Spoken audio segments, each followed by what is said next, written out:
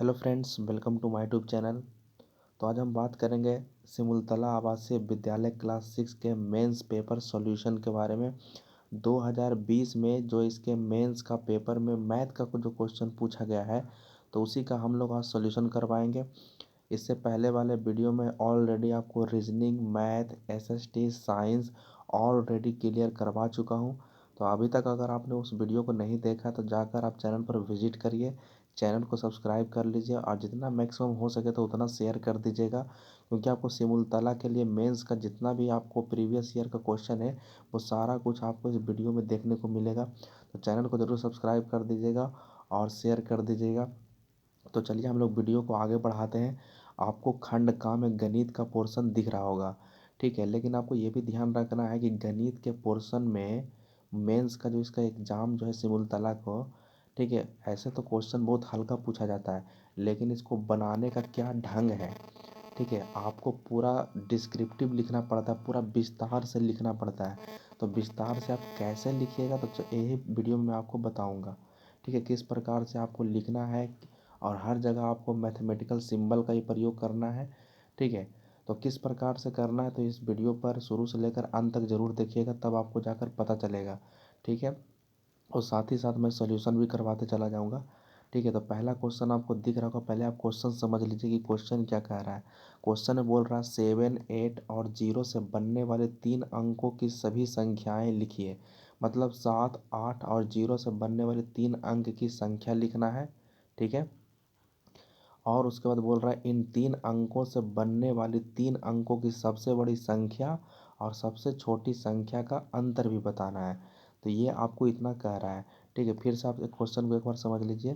कह रहा है 7, 8 और 0 से बनने वाले 3 अंकों की सभी संख्या, इनसे कौन कौन सारा संख्या बन सकता है, ठीक है। और इसके अलावा इनमें से सबसे बड़ी संख्या को सिलेक्ट कर लेना है कि सबसे बड़ी संख्या कौन बनेगा, और इसके अलावा छोटी संख्या को सिलेक्ट करना है कि छोटी संख्या कौन बनेगा, ठीक है।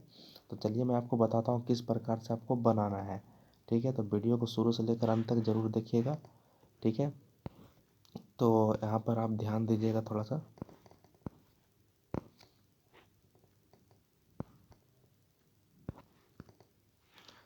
देखिए मैं आपको बताता हूँ।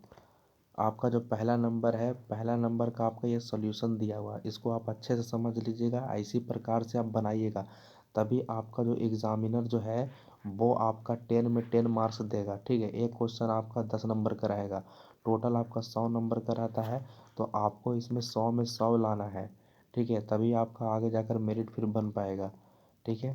तो किस प्रकार से बनाना है वो ढंग पहले आप समझ लीजिए। ऐसे वो ये बहुत हल्का हिसाब है। सबसे पहले क्या लिखना है आपको, देखिए यहाँ पर ध्यान दीजिएगा, एक सेकेंड। यहाँ पर कह रहा है कि दिया हुआ है कि, क्या क्वेश्चन में क्या दिया हुआ है, तो 7, 8, 0 3 अंक है, ये मात्र क्वेश्चन में दिया हुआ है। तो आपको बिल्कुल इसी फ्रेम वर्क में लिखना है, ठीक है। उसके बाद हमको लिखना है ज्ञात करना है कि, ठीक है, ज्ञात करना है कि, तो क्या ज्ञात करना है आपको, 7, 8, 0 से बनने वाले 3 अंकों की सभी संख्या, ये हमें ज्ञात करना है। तो इतना मेरा पहला स्टेटमेंट हो गया इतना दूर तक, ठीक है। दूसरा स्टेटमेंट में हमें बोल रहा था कि 3 अंकों की सबसे बड़ी संख्या ज्ञात करना है और सबसे छोटी संख्या ज्ञात करना और उसका अंतर ज्ञात करना है। मतलब क्वेश्चन में जो दिया हुआ है उसी को बिल्कुल ही हुआ हुआ यहाँ पर उतार देना है, ठीक है, समझ कर। उसके बाद आगे हमको उत्तर देना है, और इस प्रकार से कॉलम का निशान देकर, ठीक है, डैश दे दीजिएगा, या तो फिर एरो का निशान देकर भी आप कर सकते हो। तो उत्तर में किस प्रकार से लिखना है, 7, 8, 0 से बनने वाले 3 अंकों की संख्या निम्न है। तो कौन कौन निम्न है, तो 7, 8, 0 और एक 8, 0, 7 और एक 8, 7, 0, यही तो बन सकता है, तीनों से यही मात्र संख्या बन सकता है, ठीक है। तो पहला का जवाब तो हो गया क्लियर, लेकिन दूसरा का जवाब कैसे लिखेंगे, इनमें से बड़ी संख्या कौन है, तो बड़ी संख्या ढूंढ लीजिए, बड़ी संख्या 870 है। उसके बाद छोटी संख्या कौन है, तो 708 है। और ये दोनों को क्या निकाल देंगे, अंतर निकाल देंगे, ठीक है। अंतर निकालने के बाद मेरा अंतर कितना आ गया, 162, ठीक है। तो उसे हम राउंड बॉक्स में इस तरह से बॉक्स के अंदर लिखेंगे, अभिष्ट संख्या बराबर या अभिष्ट उत्तर बराबर, मेरा कितना आ गया 162। तो ये लिखने का तरीका होता है, ठीक है, आपको वो बिल्कुल 10 में 10 नंबर देगा, ठीक है। तो इस प्रकार से आपको बनाना है, जैसे तैसे आपको शॉर्ट में नहीं बनाना। अगर आप शॉर्ट में बनाइएगा तो नंबर काट लेगा, ठीक है। तो बिल्कुल ही डिस्क्रिप्टिव बनाना है। तो उम्मीद करता हूँ कि पहला क्वेश्चन आपको समझ में आ गया होगा। तो चलिए हम लोग दूसरा क्वेश्चन पर आगे बढ़ते हैं। तो दूसरा क्वेश्चन पहले आप समझ लीजिए। देखिए, वो एक के ए था, आगे क्या बोल रहा है एक के बी में। तो ये एक का बी है, ठीक है। तो एक का बी तो बहुत सिंपल क्वेश्चन है, ठीक है।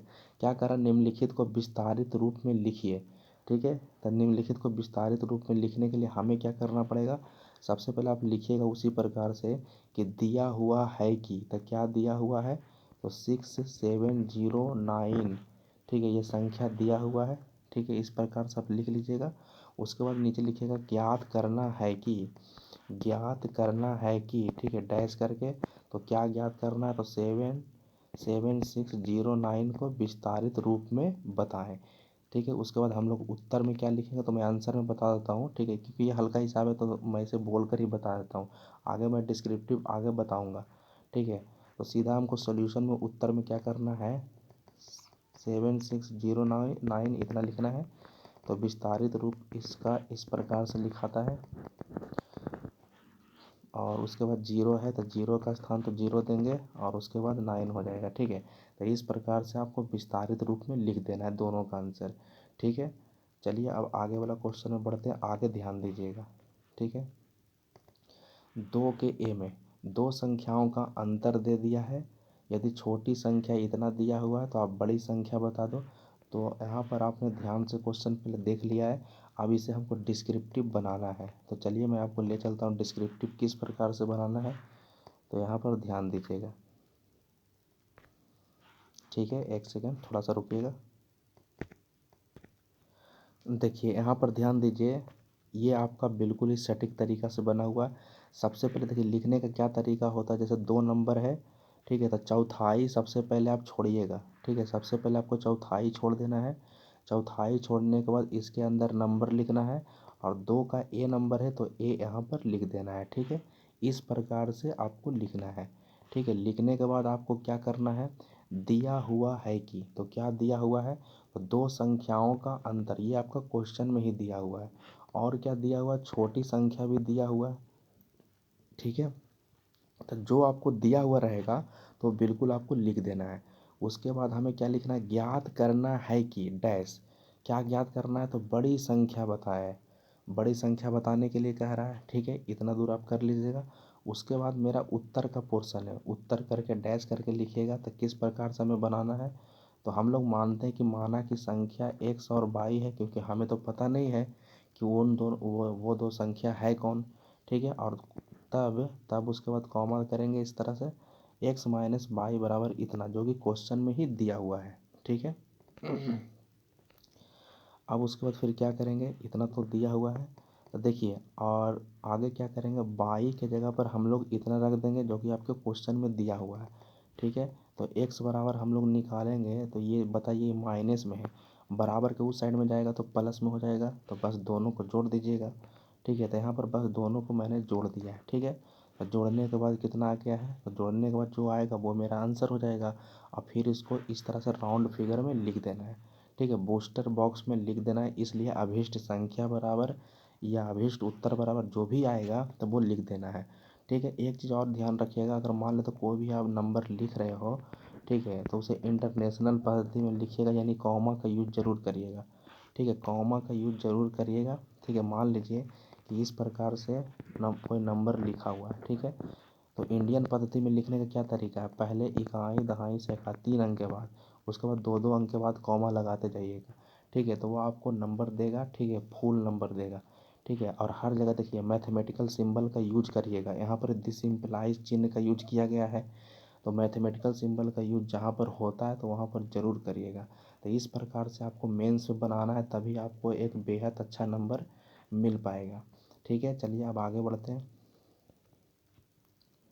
नेक्स्ट क्वेश्चन पहले क्वेश्चन आप समझ लीजिए, क्वेश्चन में क्या बोल रहा है।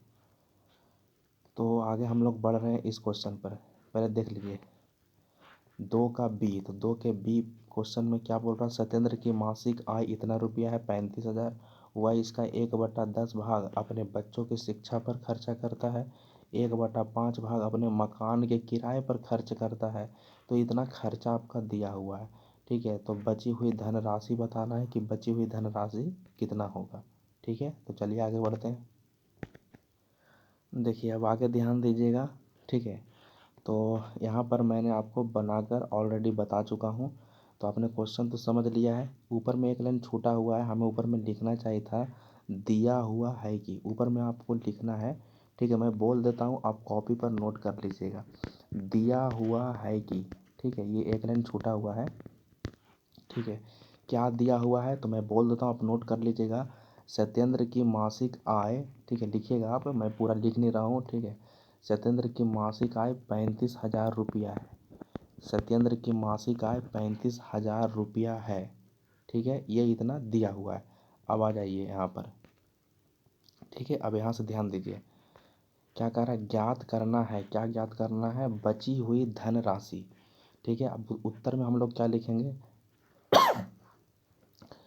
सत्येंद्र के द्वारा किया गया कुल खर्च, तो कितना किया गया था, 1/10 प्लस 1/5।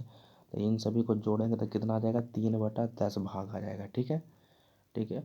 उसके बाद फिर क्या करना है हमें, तब जो टोटल जो मेरा 35,000 रुपया था, तो 35,000 का 3/10 हम क्या करेंगे, इसमें गुना कर लेंगे। गुना करने के बाद इतना आ जाएगा। ठीक है, ठीक है। तो यहाँ पर गुना करने के बाद कितना आ जाएगा, तो 10,500 आ जाएगा। अब हमें निकालना है बची हुई धनराशि बताइए। तो टोटल मेरा कितना था, 35,000, और उसमें चला जाएगा 10,500। तो जो भी आएगा वो आपका आंसर हो जाएगा, और उसे हमें बूस्टर बॉक्स में इस प्रकार से लिख देना है, तभी आपको एक अच्छा नंबर मिल पाएगा। ठीक है, चलिए अब नेक्स्ट क्वेश्चन आगे बढ़ते हैं। तो नेक्स्ट क्वेश्चन पर अब ध्यान दीजिएगा। नेक्स्ट क्वेश्चन पहले समझ लीजिए क्या है। यहाँ पर 3 के ए में समझिएगा, 3 के ए नंबर में पहले समझ लीजिए। क्या करा, रतन ने 500 ग्राम वजन वाली शक्कर की 8 थैलियाँ खरीदी। ठीक है, 500 ग्राम का, 500 ग्राम का शक्कर की कई थैली, 8 थैली खरीदता है। ठीक है, इस शक्कर में 200 ग्राम वजन वाले कितने पैकेट बनाए जा सकते हैं। मतलब इसी में से 200 ग्राम वाला कितना पैकेट बनाया जा सकता है, जो पूछ रहा है। ठीक है, क्वेश्चन आपने समझ लिया कि 500 ग्राम वाली शक्कर का थैली है, तो टोटल कितना है, 8 थैली है। तो इसी में से 200 ग्राम वाला कितना बनाया जाएगा। तो क्वेश्चन आपने समझ लिया। तो चलिए मैं आपको सॉल्यूशन बताता हूँ किस प्रकार से आपको सॉल्यूशन करना है। तो फ्रेंड्स ये रहा उसका सॉल्यूशन आपके सामने है। ठीक है, इसमें थोड़ा सा ऊपर में छूटा हुआ है, दिया हुआ है कि ये सब जोड़ लीजिएगा। ठीक है, शुरू में लिखिएगा दिया हुआ है कि, ये लिखना ज़रूरी है। दिया हुआ है कि, मैं बोल देता हूँ, आप नोट कर लीजिएगा, दिया हुआ है कि। तो क्या दिया हुआ है, तो एक थैली का वजन, आप लिखते चलिएगा, एक थैली का वजन, एक थैली का वजन 500 ग्राम है। तो ये आपका दिया हुआ है, ये आप लिख लीजिएगा कॉपी में।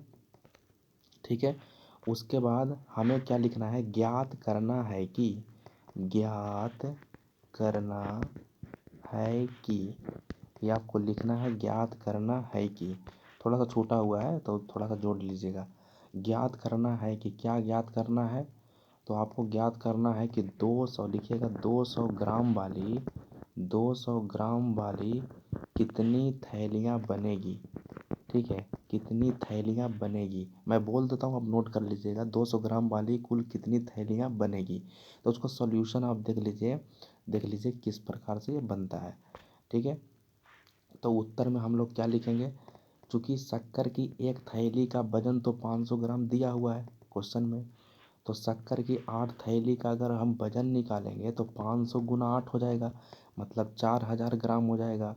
अब इस पर देखिए, इस सब का यूज करिएगा आप। ठीक है, जहाँ पर इस प्रकार के चिन्ह का यूज होगा तो आप करिएगा। अब उसी शक्कर के 200 ग्राम के एक थैली में, ठीक है, शक्कर कितना रखा जा सकता है, क्योंकि आपको 200 ग्राम वाला बनाना है ना, 500 ग्राम वाला से हटाकर 200 ग्राम वाला कितना थैली बनाया जा सकता है। तो टोटल तो मेरा 4,000 आ गया, 4,000 में हम 200 से क्या करेंगे, भाग दे देंगे। तो भाग देने के बाद जो भी आएगा वो मेरा सही आंसर होगा। तो उसे हम बूस्टर बॉक्स में इस प्रकार से लिख देंगे कि अभीष्ट उत्तर बराबर 20 थैली। ठीक है, तो इस प्रकार से आपको एग्जाम में बनाना है। ठीक है, शॉर्ट में मत बनाइएगा क्योंकि नंबर काट लेगा। और चौथाई जरूर छोड़िएगा। ठीक है, पेज का चौथाई जरूर छोड़ना है। ठीक है, जो कि मैं आपको पहले भी बता चुका हूँ। चलिए अब नेक्स्ट आगे आते हैं, अगला क्वेश्चन पर ध्यान दीजिए।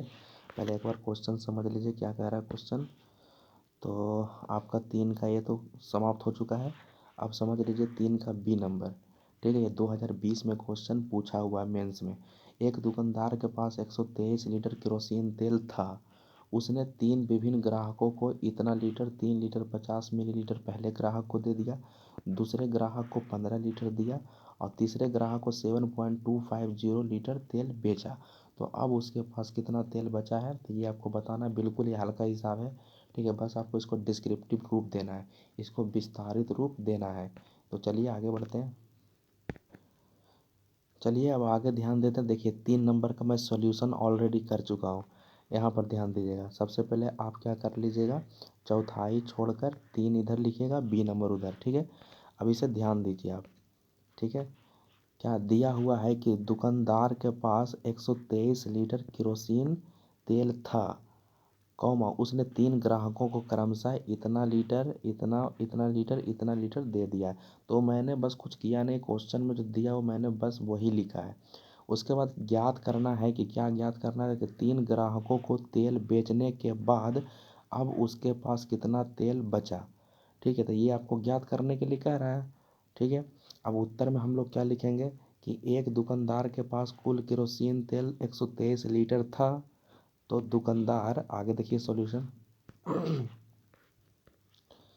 तो दुकानदार द्वारा बेचा गया तेल।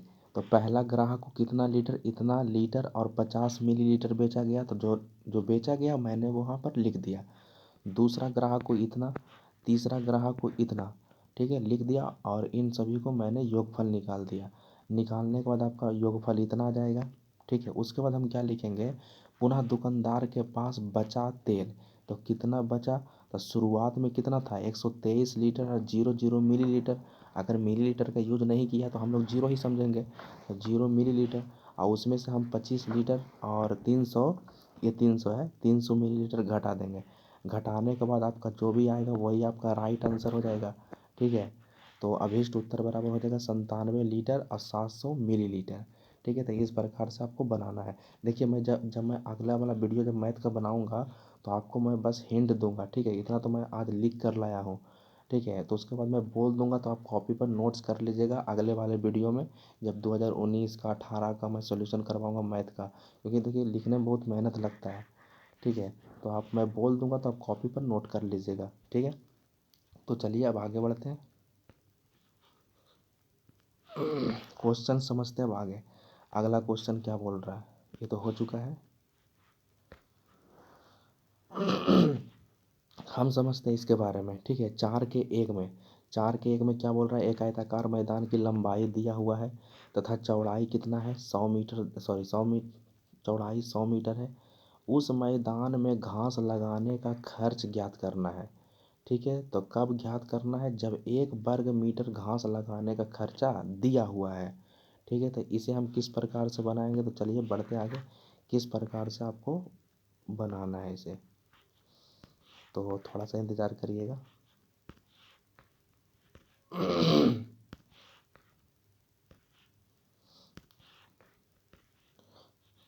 देखिए यहाँ पर आपका दिया हुआ है, ध्यान दीजिएगा, इसे समझिएगा। दिया हुआ है कि, ठीक है, नंबर आपको इस प्रकार से नंबर आपको दे देना है। दिया हुआ है कि आयताकार मैदान की लंबाई 125 मीटर तथा चौड़ाई 100 मीटर दिया हुआ है। ठीक है, इतना दिया हुआ जो मैंने लिख चुका हूँ। आगे क्या दिया हुआ है, 1 वर्ग मीटर घास लगाने का खर्च भी 20 रुपया दिया हुआ है। तो इस प्रकार से आपको लिख देना है।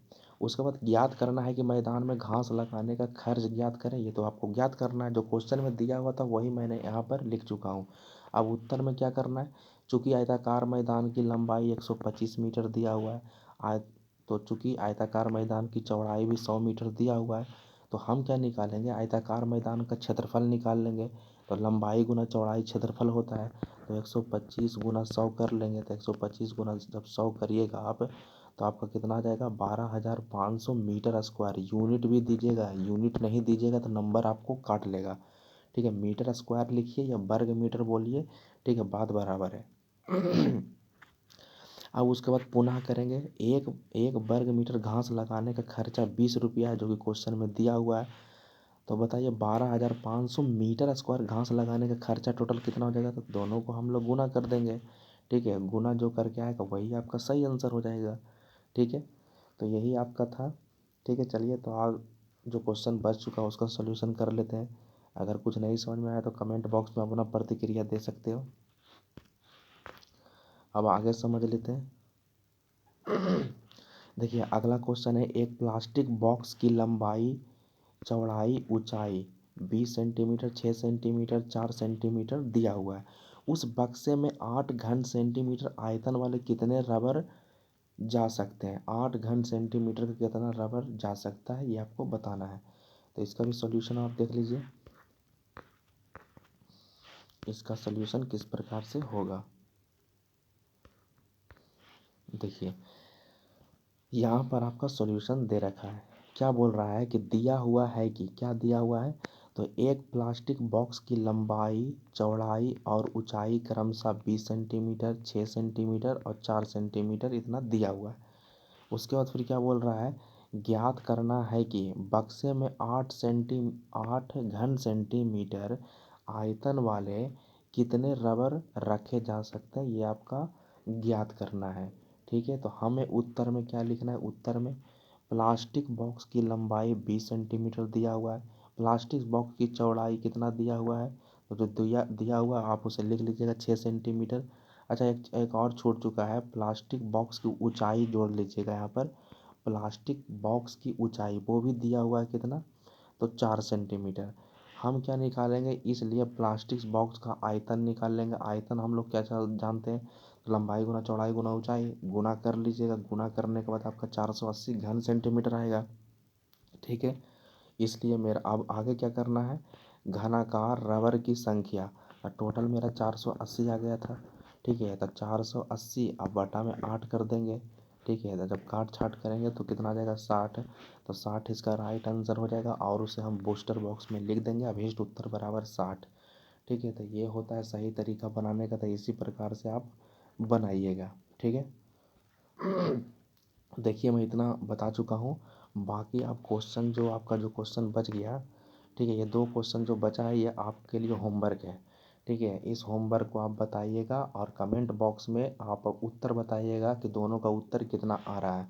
ठीक है, तो ये होमवर्क मैं आप लोगों के लिए छोड़ रहा हूँ। ठीक है, तो इसे बनाइएगा, डिस्क्रिप्टिव बनाइएगा। ठीक है, और एक बात मैं और बोल देना, एक बार और फिर से मैं बता देना चाहता हूँ कि सबसे पहले इस एग्ज़ाम के लिए आप क्या करिएगा, मैथ के लिए। इस सबसे पहले आपको जब कॉपी मिलेगा तो उसमें आपको चौथाई छोड़ देना है। ठीक है, पेन से मत करिएगा चौथाई, जिस तरह से आप मोड़ते हो ना पेज को, जिस प्रकार से मोड़ते हो तो उस प्रकार से आपको मोड़ देना है। ठीक है, उस प्रकार से आप इसे मोड़ दीजिएगा।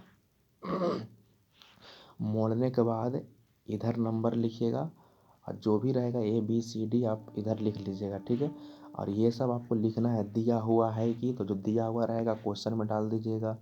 ज्ञात करना है कि, तो जो ज्ञात करना है वो भी आपको क्वेश्चन में ही रहेगा।